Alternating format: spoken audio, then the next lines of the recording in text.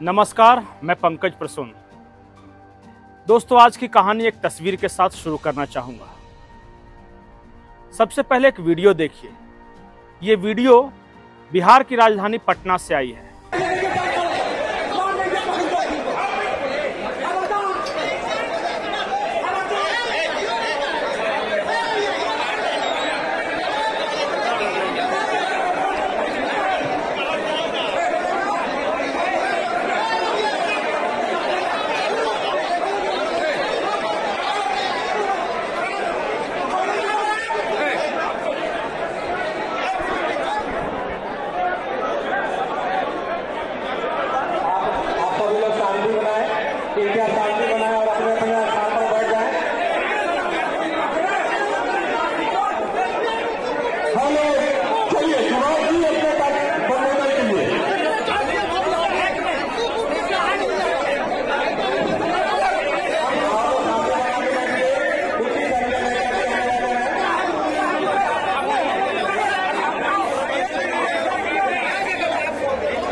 ये चौरसिया राजनीतिक चेतना महासम्मेलन की तस्वीर है। तेजस्वी यादव जैसे ही मंच पर पहुंचे, सम्मेलन में शामिल कुछ लोग आपस में स्टेज पर ही भिड़ गए, एक दूसरे के साथ धक्का मुक्की की और तेजस्वी यादव चुपचाप देखते रहे। ये पहला वीडियो है। अब एक दूसरा वीडियो देखिए। दूसरे वीडियो को आपने देखा होगा शायद कहीं। ये वीडियो भी आज की ही है, लेकिन बिहार से बहुत दूर मुंबई की ये वीडियो है। और मुंबई में ये मार खाता हुआ शख्स, ये मुंबई में ऑटो या टैक्सी ड्राइवर है और मन से यानी राज ठाकरे की पार्टी के लोग इसकी मार पिटाई कर रहे हैं। और वजह कि इसे मराठी बोलनी नहीं आती। पहले ये पूरा वीडियो देखिए, उसके बाद आगे की कहानी।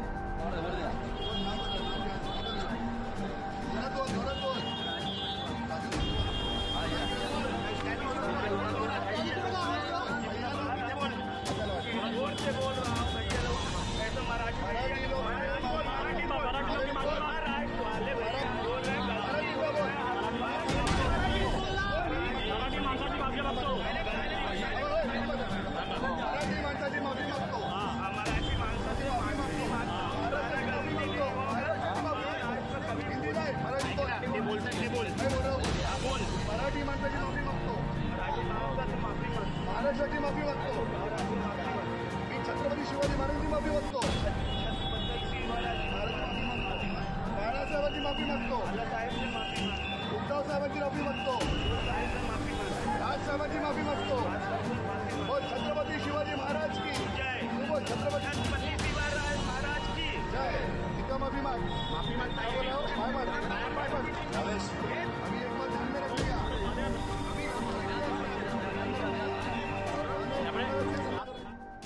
हमारी आज की कहानी बिहारियों द्वारा आपस में झगड़े या बिहारियों को पीटा जाना नहीं है।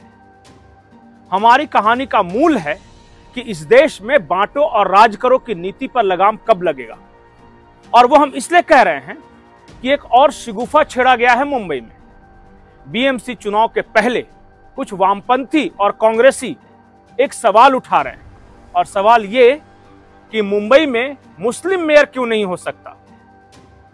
इतिहासकार रामचंद्र गुहा ने बंगाल के अखबार टेलीग्राफ में एक आर्टिकल लिखा है, जिसमें उन्होंने 1942 में एक मुसलमान मेयर का जिक्र करते हुए कहा है कि मुंबई में मुस्लिम मेयर क्यों नहीं हो सकता।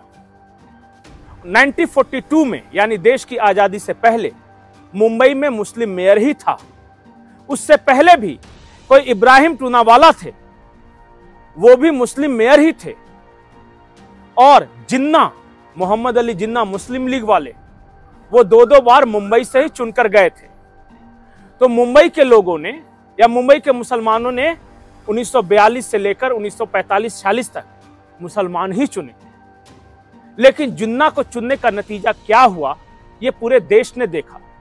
जिन्ना की मुस्लिम लीग अगर नहीं जीतती मुंबई में, अगर जिन्ना मुंबई चुनाव जीतकर नहीं जाते, तब शायद 10 लाख लोगों की जान नहीं जाती और देश का बंटवारा नहीं होता।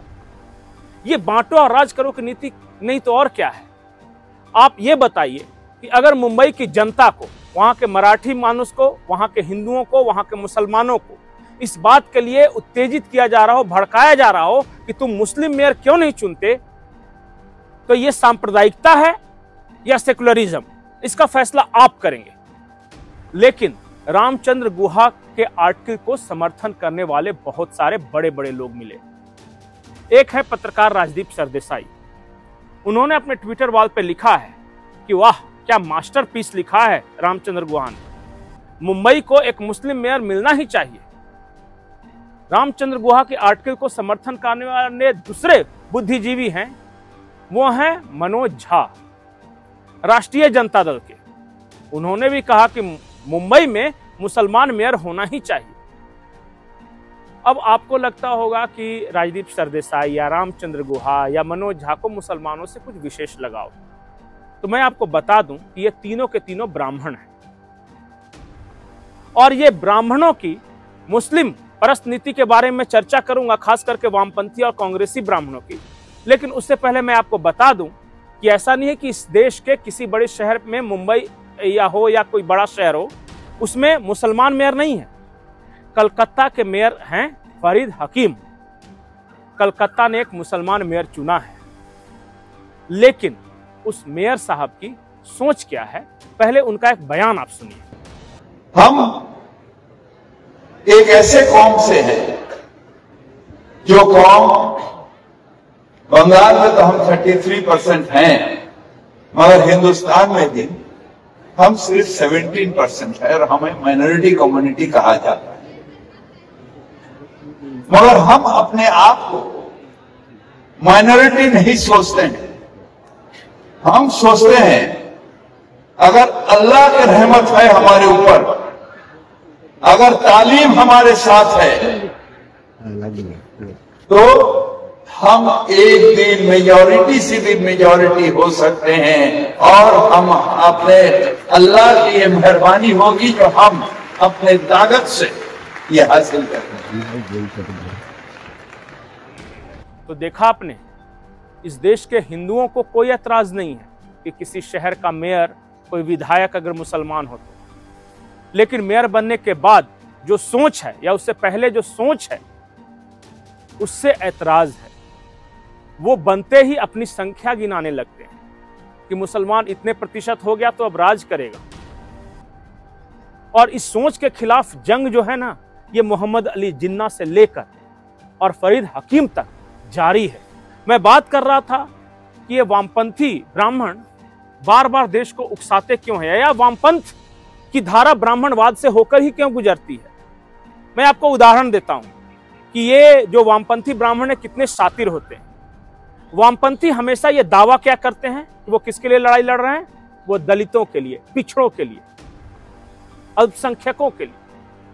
लेकिन वामपंथी पार्टी में क्या बड़े पद पर आपको कोई भी दलित, पिछड़ा या पसमानदा अल्पसंख्यक मिलेगा?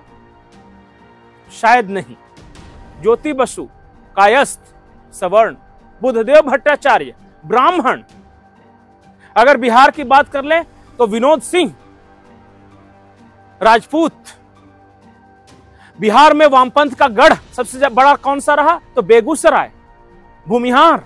वामपंथ में दलित कहां है भाई? नेतृत्व क्यों नहीं है? वामपंथी पार्टियों का दलित नेतृत्व कहां गया?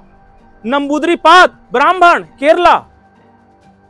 यह वामपंथ की धारा हमेशा ब्राह्मणों से होकर क्यों गुजरती है? या इस देश में वामपंथ विचारधारा को क्या ब्राह्मणों ने या सवर्णों ने हाईजैक कर लिया है?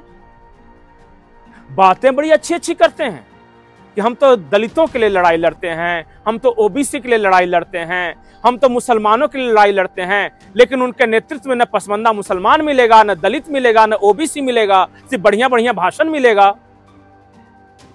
सच्चाई है या नहीं, आप बताइए। आप एक भी बड़ा कम्युनिस्ट नेता बता दीजिए जो कि दलित हो। इन लोगों ने मार्केटिंग की है। ये जो मुसलमान मेयर होना चाहिए या इस देश में दलित प्रधानमंत्री होना चाहिए, ये सब शिगुफा कहीं ना कहीं सवर्ण वामपंथियों द्वारा छेड़ा गया है। और आज फिर वो इस देश में, मुंबई में आग लगाने की कोशिश कर रहे हैं, ये कहकर कि मुंबई में एक मुसलमान मेयर क्यों नहीं हो सकता। जाहिर तौर पे ये सारे के सारे लोग कांग्रेस को समर्थन देंगे, उद्धव वाली शिवसेना को समर्थन देंगे। तो इनका सपोर्ट बेस दलित, ओबीसी, लोकल मराठी मानुस, खुद ब्राह्मण, सवर्ण। इस देश में एक फरेब चल रहा है वामपंथ के नाम पर। उस फरेब को समझिए कि जो सबसे बड़ा जमींदार वही वामपंथियों का सबसे बड़ा नेता बन जाता है।